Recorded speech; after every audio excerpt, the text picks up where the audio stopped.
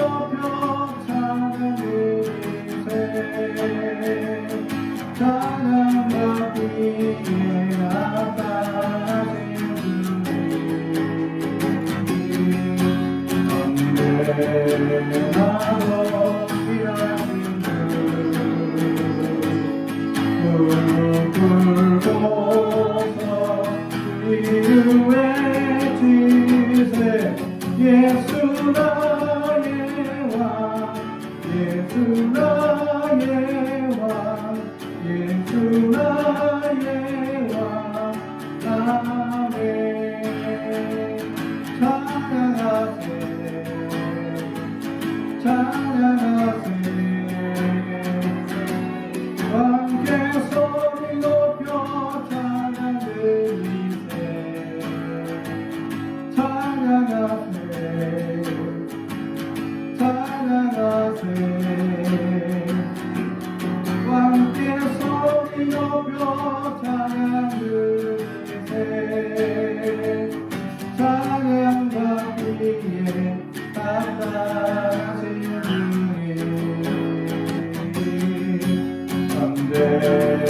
언제나도 일하신 주, 굴고서 주 이름에 지세.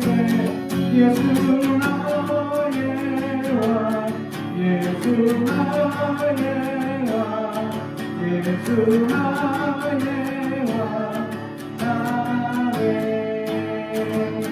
주 하나님 독생자 예수 날 위하여 오시었네. 내 모든 죄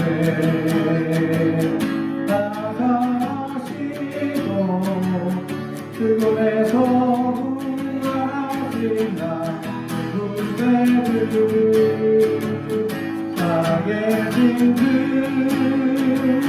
나의 참된 소망 걱정분심 전혀 없네 사랑의 주문에 달린 너만이 내 모든 삶의 기쁨을 주만해 그 언젠가 그댈 때까지 그를 위해 싸우리라 승리의 길 멀건데도 주님께서 나의 앞을 지켜주시니 살아계신 주 나의 삶의 소망 걱정 분심 전혀 없네 사랑의 주문에 달린 너만이 내 모든 삶의 기쁨을 주만하네 살아계신 주 나의 삶의 소망 걱정 분심 전혀 없네 사랑의 주에 달린 너만이 내 모든 삶의 기쁨을 주만하네 할렐루야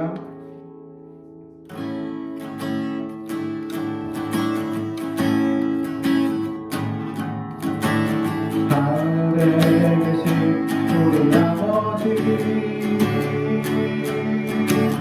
온 땅에 가득한 그 사랑 내 영혼이 기뻐합니다 내 영혼이 찬양합니다 하늘에 계신 아버지 고난을 가득한 그 영광 내 영혼이 노래합니다 내 영혼이 경배합니다 모든 영광과 존귀와 능력이 우리 하나님께 영원히 주의 나라와 권세와 영광이 우리 아버지께 영원히 영원히 하늘에 계신 우리 아버지 온 땅에 가득한 그 사랑 내 영혼이 기뻐합니다 내 영혼이 찬양합니다 하늘에 계신 우리 아버지 오늘 가득한 그 영광 내 영혼이 노래합니다 내 영혼이 경배합니다 모든 영광과 존귀와 능력이 우리 하나님께 영원히 주의 나라와 권세와 영광이 우리 아버지께 영원히 모든 영광과 존귀와 여기 우리 하나님께 영원히 주의 나라와 권세와 영광이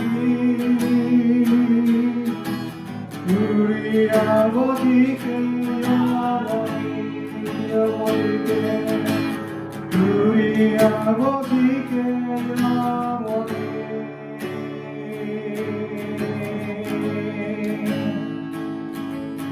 나의 아버지 그 거룩한 사랑 아들의 생명 보내주시어 그 피로 그가 나가오니 그 여호와여 구원하소서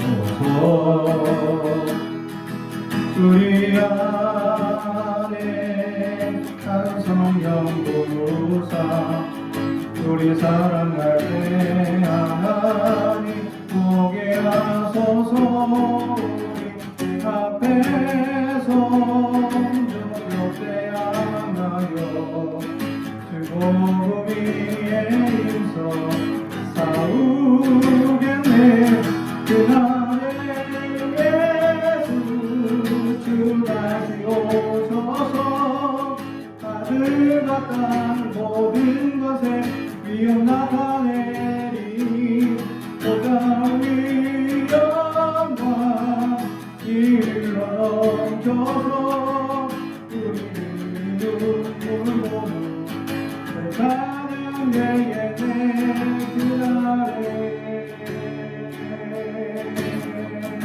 나의 아들아 나의 아들아 내 사랑하는 자 내가 너희를 기뻐하노라 오 주여 내게 하오니 주 여호와여 임하옵소서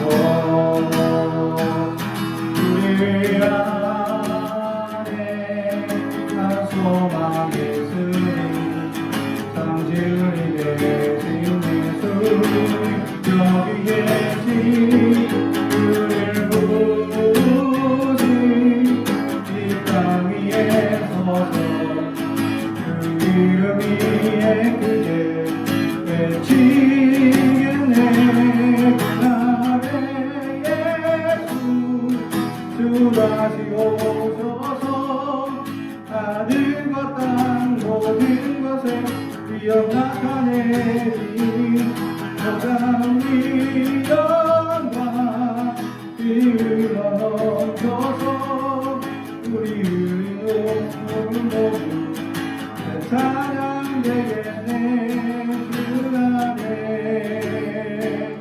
주의 영광 주의 나라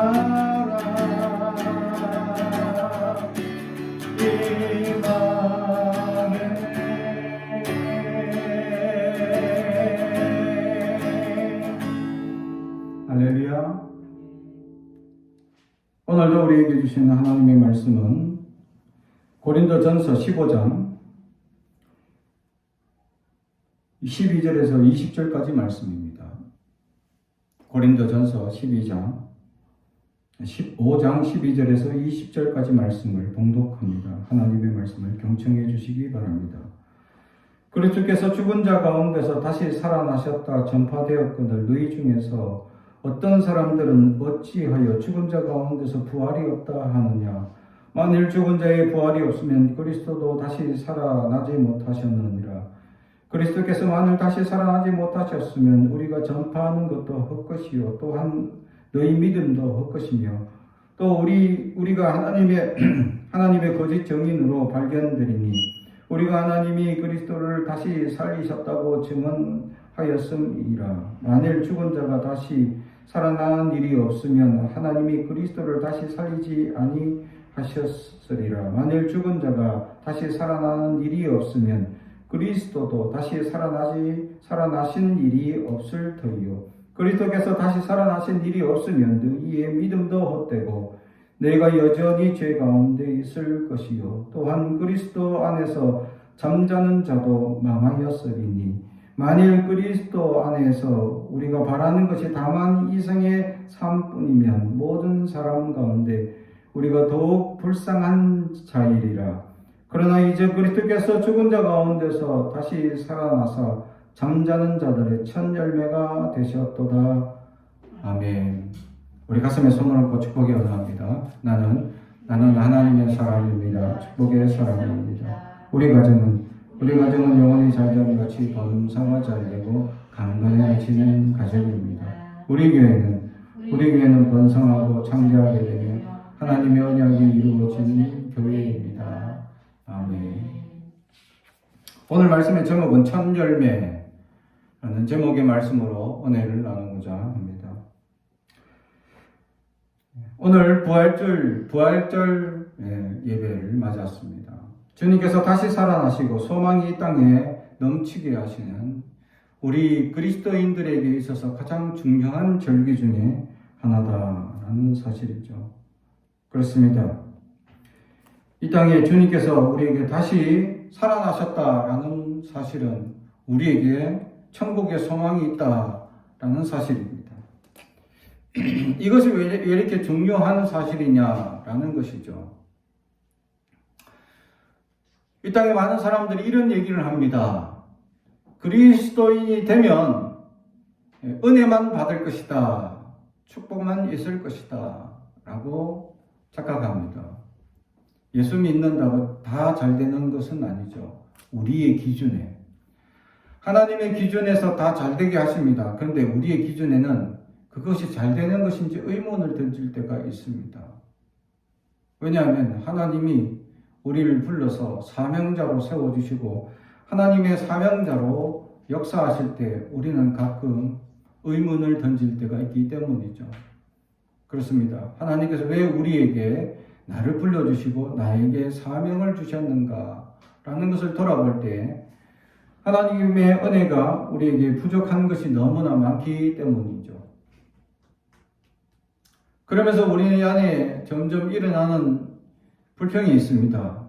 왜 하나님께서 우리를 불러주셨는데 왜 가난합니까? 하나님께서 왜 불러주셨는데 왜 성공하지 못합니까? 하나님께서 불러주셨는데 왜 우리는 연약합니까? 이러면서 또 한 반대의 모습을 보게 됩니다. 하나님, 왜 안 믿는데 성공합니까? 왜 예수를 거부하는데 더 잘 됩니까?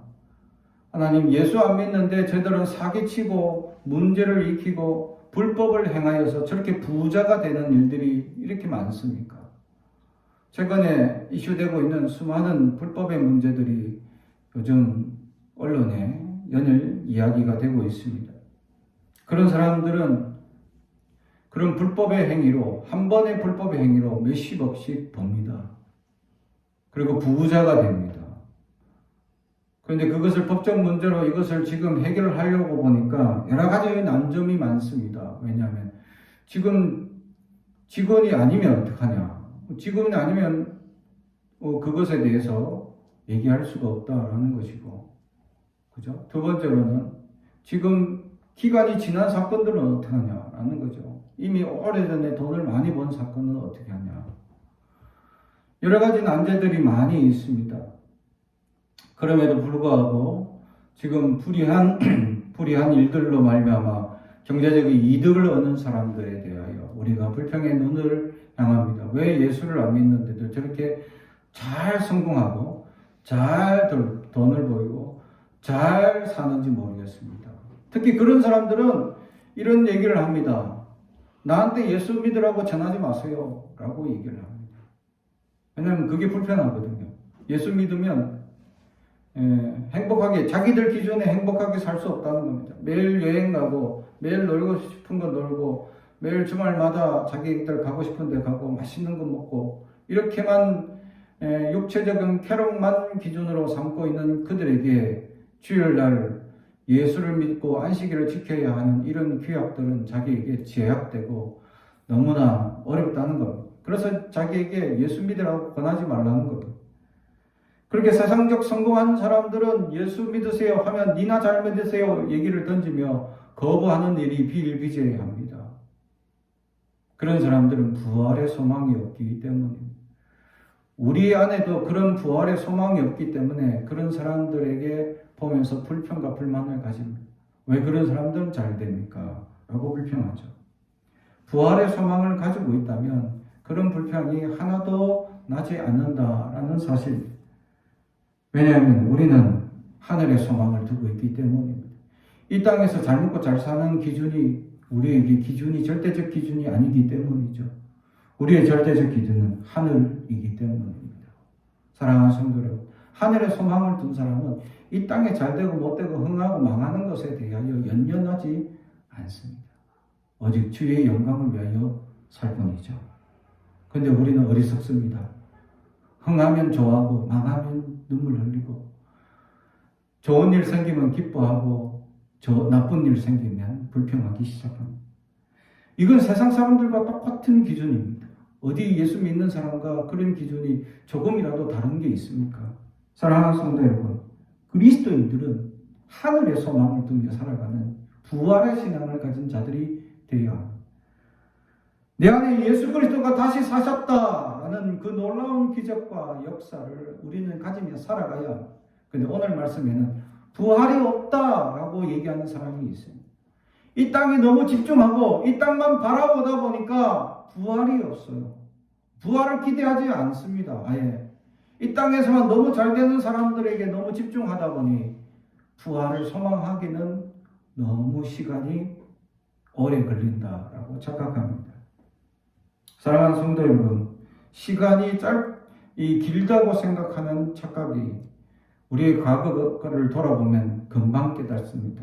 어제만 해도 20대였는데 오늘 돌아보니 50대, 내년 또 몇 년이 지나고 나면 벌써 70대, 벌써 자녀들은 다 크고 시집 장가가고 벌써 세월이 지나죠. 그러다 보면 어느새 하늘나라 가게 됩니다.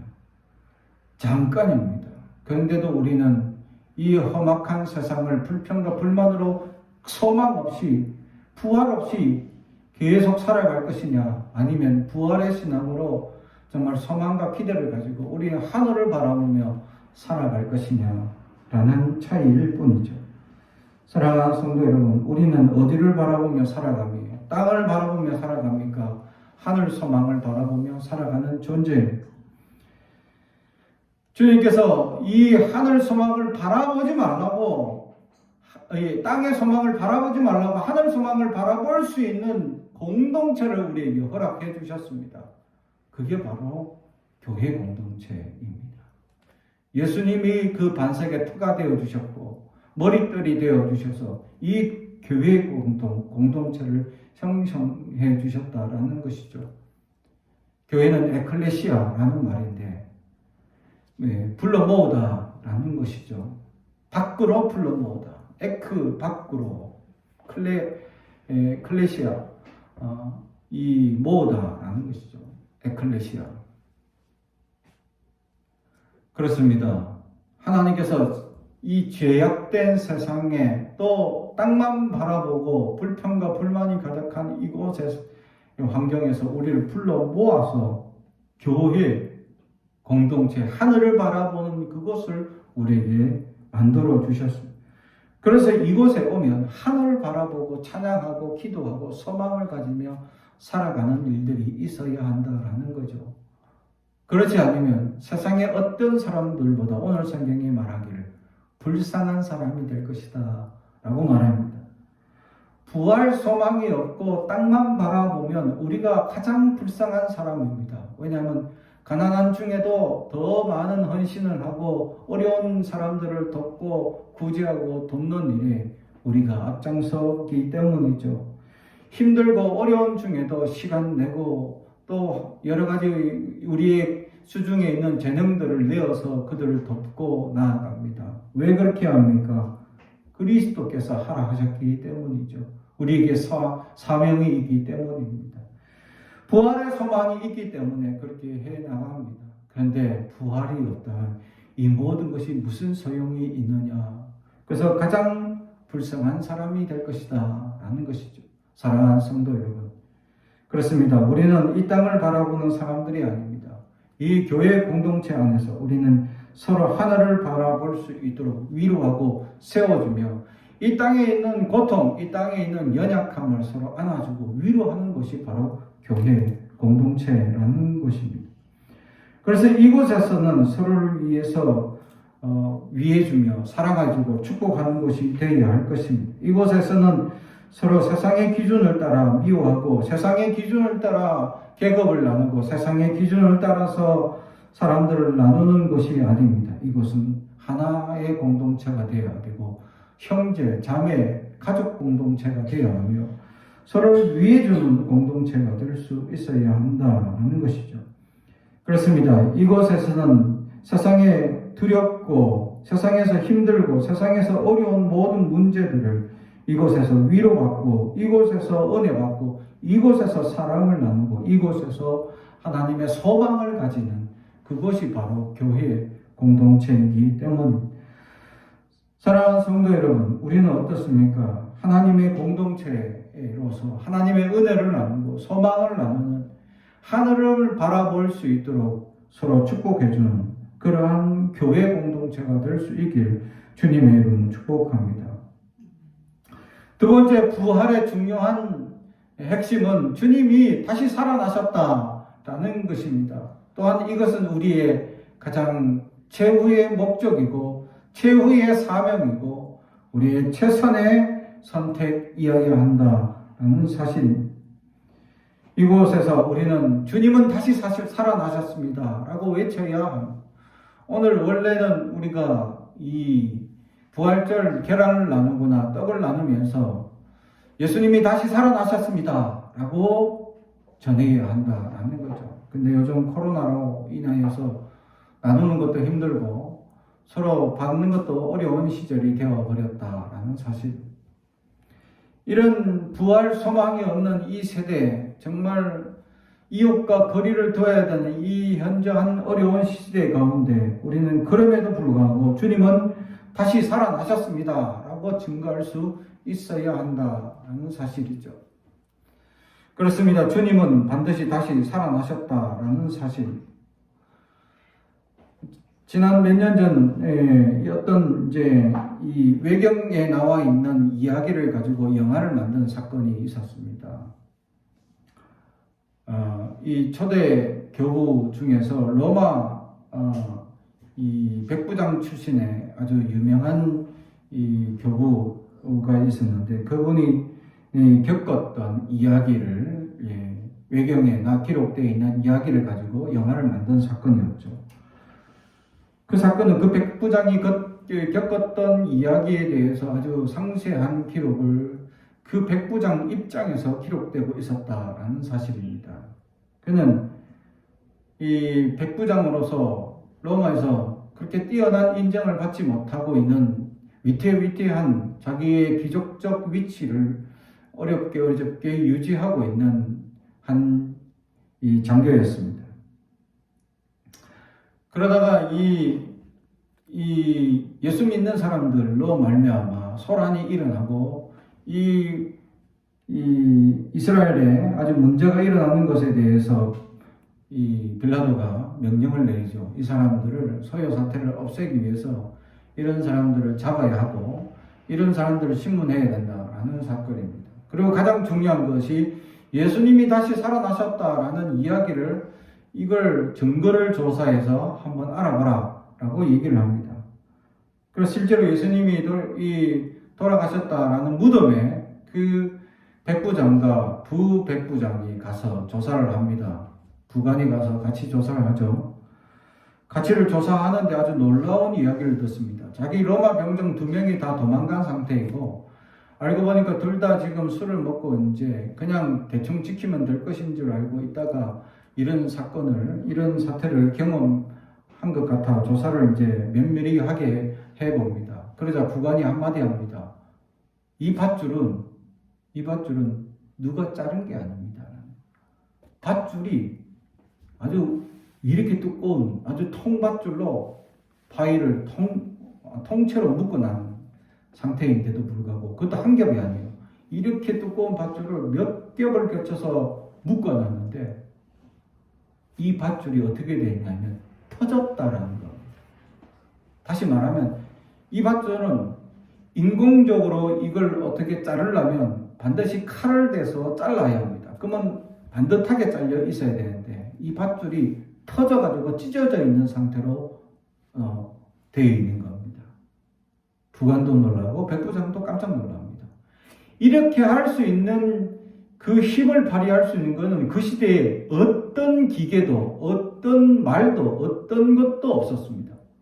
그렇게 두꺼운 밧줄 한 줄만이라도 터질 수 있도록 힘을 발휘하게 만드는 일은 그 시대에 어떤 것도 없었습니다. 어떻게 할 수가 없었죠. 근데 그 밧줄이 터져 있는 겁니다. 그래서 그 백부장이 깜짝 놀라죠. 어떻게 이 밧줄이 터져 있을까? 사람이 했다면 분명히 이거 칼로 잘라야 되는데 칼이 아니라 터져 있는 것을 유심히 바라봅니다. 그리고 무덤에 들어가니 빈 무덤이었다라는 사실이죠. 그리고 조사하기 시작합니다. 그리고 예수님에 대한 소문을 듣기 시작합니다. 그러다가 유명한 그리스도인들을 잡아서 문책을 합니다. 예수님 살아났다고 어디 숨었다고 하는데 어디 있느냐 하니까 절대 말을 안 합니다. 그리고 그들은 무슨 고문을 하든 어떤 이 고문을 하든 한마디도 대답 안 할 것이다 라고 얘기합니다. 예수님을 믿는 그 모든 그 시대의 제자들은 그런 자세로 잡혀와서 신문을 하면 그런 태세였다라는 거죠. 정보를 하나도 건져낼 수 없었다라는 거죠. 그래서 하는 수 없이 보상금을 걸었습니다. 혹시나 예수님에 대한 소문을 하나라도 알거나 또 예수님의 이 12제자라는 사람들의 위치를 알고 우리한테 알려주면 고발해 오면 우리가 큰 돈을 주겠다라고 이렇게 돈을 겁니다. 그러자 조금씩 소식이 들려오죠. 예수 믿는 사람들 중에 예수 믿는 사람들과 거래하거나 또는 예수 믿긴 하지만 믿음이 연약한 사람 중에 땅을 바라보는 사람들이 간혹 있습니다. 그 사람들이 돈에 눈이 멀어 예수님을 팔려고 다가오는 사람들이 있었죠. 그런데 그 사람들이 아무리 고발을 해도 결국 그 사람들이 잡혀와도 예수님의 위치를 도저히 알 수가 없습니다. 그러던 중에 어떤 정보를 듣게 되죠. 결국 예수님이 이 마을에 계시다라는 얘기를 듣게 됩니다. 갈릴리라는 곳에 예수님이 계셨다라는 숨어 계신다라는 얘기를 듣고 열심히 군사들을 데리고 자기 밑에 직속 부하들 50여 명을 데리고 그 마을로 들어갑니다. 그래서 집집마다 이렇게 들어가서 이 사람들을 예수님의 제자들이 있는지 찾아봅니다. 그러다가 이 백부장이 어느덧 이 집 저 집 뒤지다 보니까 부하들과 멀리 거리가 떨어져 버렸습니다. 그리고 그 느낌이 이상한 곳이 있어서 한번 찾아가 봤습니다. 그랬더니 고요한 중에 그곳에 예수님과 제자들이 다 모여 있는 겁니다. 그런데 백부장이 칼을 뽑아들고 이제 예수님을 잡으려고 간 건데 예수님을 딱 보는 순간 예수님이 한마디 합니다. 왔느냐? 수고했다. 너 와서 앉아라. 그 백부장이 칼 들고 예수님을 잡아야 하는데 그 말 들으니까 칼을 떨어뜨리고 예수님의 말을 듣고 앉았다는 겁니다. 그리고 예수님이 나눠주는 오늘 할 성찬을 같이 나누고 그리고 예수님의 이야기를 듣기 시작합니다. 그 백부장은 마치 신이 홀린 듯이 그 예수님을 그때부터 아무 생각 없이 쫓아다니기 시작합니다.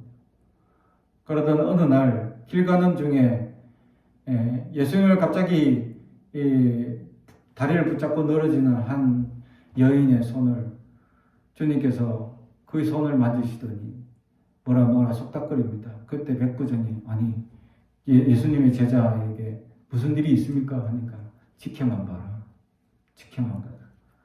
늘 주님께서 만지시면 늘 이런 일이 일어난다. 할렐루야.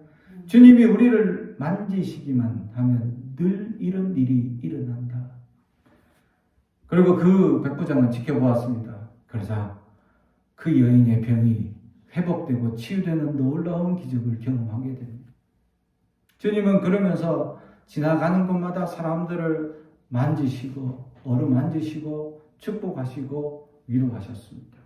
수많은 사람들이 치유되어 회복되는 놀라운 역사를 경험하게 됩니다. 그러자 그 백부장이 그 예수님한테 자기가 무엇을 해야 될 것이냐 내가 어떻게 무엇을 할 수 있느냐라고 할 때 그 예수님께서 그에게 나를 따르라 라고 말씀합니다. 자기가 지금 로마의 귀족으로 지금 백부장 역할을 하고 있는 이게 아주 중차대한 역할인데 이걸 버리면 귀족의 위치, 자기 집안을 내버리게 되는 아주 어려운 결정을 하게 되는 겁니다. 귀족이었기 때문에 그나마 그래도 부도 있었고 명성도 있습니다. 명예도 있는 자리였죠. 이걸 하루아침에 다 버리고 주님을 쫓아야 한다라는 거죠. 근데 그는 마치 주님 그 음성에 아멘 할 수밖에 없었다라는 사실. 주님을 만나면 아멘 할 수밖에 없습니다. 주님을 만나면 아멘의 놀라운 역사가 임하게 된다라는 사실이죠. 할렐루야. 사랑하는 성도 여러분, 왜 세상에 불평이 하고 왜 세상에 아직까지 어려움이 있고 세상에 바라보면서 세상적으로 잘 되는 일들이 우리에게 아직까지 어리석고 불평으로 보이느냐? 주님을 제대로 만나지 못했다라는 증거이기도 합니다. 주님을 만나게 되면 항상 우리는 아멘 할 수밖에 없었다. 그리고 그 백부장은 결국 유명한 초대 교부가 되었다라는 사실입니다. 그렇습니다. 주님을 만나보셨습니까? 주님을 알고 있습니까? 그러면 주님의 부활의 소망을 가지고 있다면 우리는 땅에 대한 소망을 버릴 수 있어야 합니다. 땅에 대한 어리석은 것들을 우리는 내려놓고 다시 살아나셨다라는 기쁨으로 감격으로 우리는 매일같이 살아갈 수 있기 때문입니다. 사랑하는 성도 여러분, 우리는 이러한 은혜가 있어야 할 줄로 믿습니다. 우리 안에 아직까지 세상적 기준으로 살아가고 세상적 연약한 것이 우리를 흔들어 간다면 우리는 주님의 부활의 이야기가 우리에게 다시금 다가올 수 있도록 우리는 오늘 기도해야 합니다. 주님의 부활의 역사가 다시금 내 믿음 안에 소망으로 다시금 일어나게 해달라고 기도해야 합니다. 세상의 어리석은 것들로 인하여 실망하고 실족했던 것들을 하나님께서 우리 안에 다시금 부활의 소식으로 말미암아 소생하는 능력을 경험해야 한다라는 사실이죠. 그렇습니다. 그것이 바로 주님 다시 사신 것은 우리에게 새로운 능력이 되었다라는 사실입니다. 주님께서 십자가에 죽으셨을 때 제자들의 마음은 어둠에 쌓여 있었습니다. 이 어둠은 제자들의 마음을 아주 무겁게 만들었다는 사실입니다. 그런데 이 어두운 마음을 밝히는 놀라운 소식이 바로 주님은 다시 살아나셨다라는 사실입니다. 다시 말하면 우리 안에 어둠이 있고 아직 우리 안에 세상에 보는 기준으로 살아가고 세상에 소망이 없이 살아가고 세상적 기준대로 우리가 살아간다면 우리 안에 어둠만 존재합니다. 부활이 있다면 주님의 소망이 있다면 감격하며 기뻐하며 살아갈 수 있어야 하는데 아직까지 우리 안에 어둠이 있다면 죽음으로 끝나버린 고난의 삶을 우리는 여전히 살아가고 있다라는 사실이죠. 이 이후에 주님의 부활의 소식을 들은 이 제자들의 이 소식을 들은 이후에 이들은 흩어지기 시작합니다. 사랑하는 성도 여러분, 부활의 소식을 전하기 위해서입니다. 주님 다시 살아나셨습니다 라는 것을 전하기 위해서 그들은 흩어지셨다라는 사실이죠. 우리에게도 이제 주님께서 주시는 놀라운 능력과 소망을 따라 우리는 세상에 주님이 다시 살아나셨습니다 증거하며 살아가는 저와 여러분이 되기를 주님의 이름으로 축복합니다. 한겨울 동안에 이 꽃과 자연 속에 다 모든 것이 죽은 것처럼 아무런 싹도 없고 꽃도 없다가 봄만 되면 모든 것이 살아나고 다시 새 잎이 솟아나는 것을 보면 신기하지 않습니까? 죽음과 같은 나무들이 다시 살아나는 현상. 우리 안에 죽은 영혼들, 죽은 생각들, 세상을 땅을 바라보는 그런 마음들 이제 부활하신 주님으로 말미암아 다시 소생하는 기쁨의 감격이 넘치길 주님의 이름으로 축복합니다. 사랑하는 성도 여러분, 주님은 다시 살아나셨습니다. 우리 안에 이제 주님께서 다시금 주님의 부활의 생명을 불어 넣어 주셨습니다. 그래서 이제 우리는 세상에서 가장 능력의 사람이 되었고 세상에 가장 위대한 사람이 될 수 있는 존재가 되었습니다. 그러므로 우리는 이제 세상을 이기고도 남을 능력을 가진 그리스도임을 깨닫고 우리는 그 소망을 따라 살아가는 우리가 될 수 있어야 할 줄로 믿습니다. 사랑하는 성도 여러분, 200년 전에 이 땅에 온 선교사들은 이 땅을 바라보면서 이렇게 기도했습니다.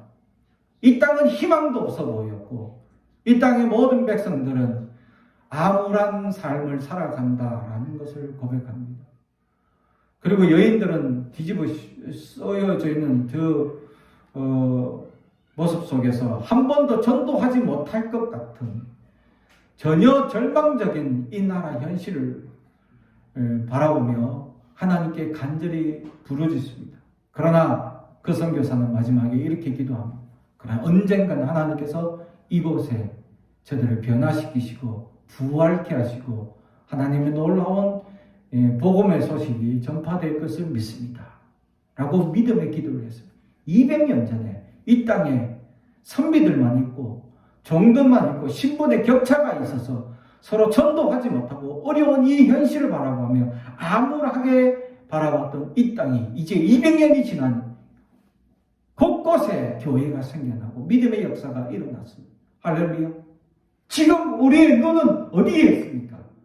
이 땅을 바라보면 우리는 아무것도 안 됩니다. 할 수 없습니다. 안 됩니다. 라고 말할 수밖에 없습니다. 그러나 하늘 소망을 두면 가능합니다. 주님이라면 할 수 있습니다.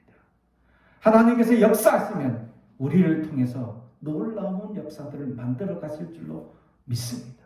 라는 믿음을 가진 그 부활의 믿음을 가진 믿음의 사람들이 오늘도 역사하기 시작하실 때 200년 후에는 더 놀라운 기적과 역사들이 일어날 줄로 믿습니다. 기도하겠습니다. 사랑과 은총이 가득하신 아버지 하나님 감사합니다. 주께서 역사하여 주시사 주님 이 교회 공동체가 하나님 제약된 세상에서 우리를 불러 모아서 서로 위로하고 세워주는 아름다운 공동체가 되게 하여 주심을 감사합니다. 더욱 아버지 하나님 부활의 소식을 전하며 기뻐하며 하늘을 바라보는 소망이 넘치는 공동체가 되기에 하옵소서.